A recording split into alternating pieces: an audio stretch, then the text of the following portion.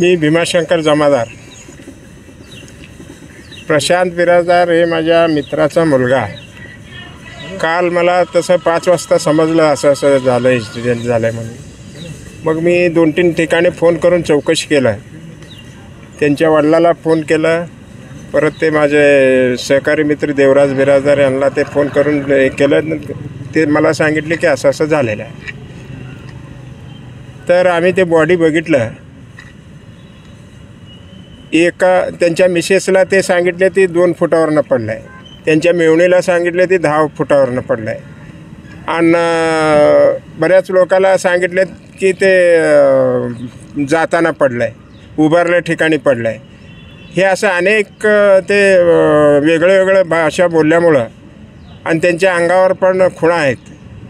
पडल्यानंतर माणसाला एका ठिकाणी लागतं आहे का, मोटरसायकलवर पडल्यानंतर खरकटत जातं आहे, पण उभारलेलं माणूस पडल्यानंतर एका ठिकाणी कुठं तर लागतं आहे.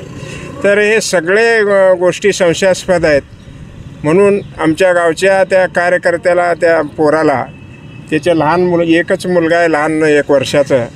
तर त्याला न्याय मिळण्यासाठी आम्ही सगळे ग्रामस्थ आहेत, ते सरपंच आहेत आणि सगळे ग्रामपंचायत सदस्य आहेत, ते डेप्युटी सरपंच आहे, अनेक लोक ग्रामस्थ आमचे सगळे त्या पोराला न्याय मिळवण्यासाठी आम्ही आंदोलनाला बसलेलो आहे.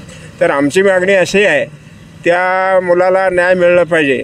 ज्याचं वडील गेलं आहे त्या मुलाला, त्या म्हणजे त्याच्या मिसेसला न्याय मिळाला पाहिजे आणि कठोरात कठोर शिक्षा व्हायला पाहिजे. ज्यांनी हे कृत्य केलं आहे त्यांनी समोर येऊन आम्हाला सांगावं असं असं झालं आहे, खरं काय असेल ते. नाहीतर चौकशी व्हायला पाहिजे, त्यांच्यावर गुन्हे दाखल व्हायला पाहिजे, असं आमच्या ग्रामस्थांची मागणी आहे. आमच्या लोकजनसेवा चॅनलला लाईक करा, शेअर करा, सबस्क्राईब करा.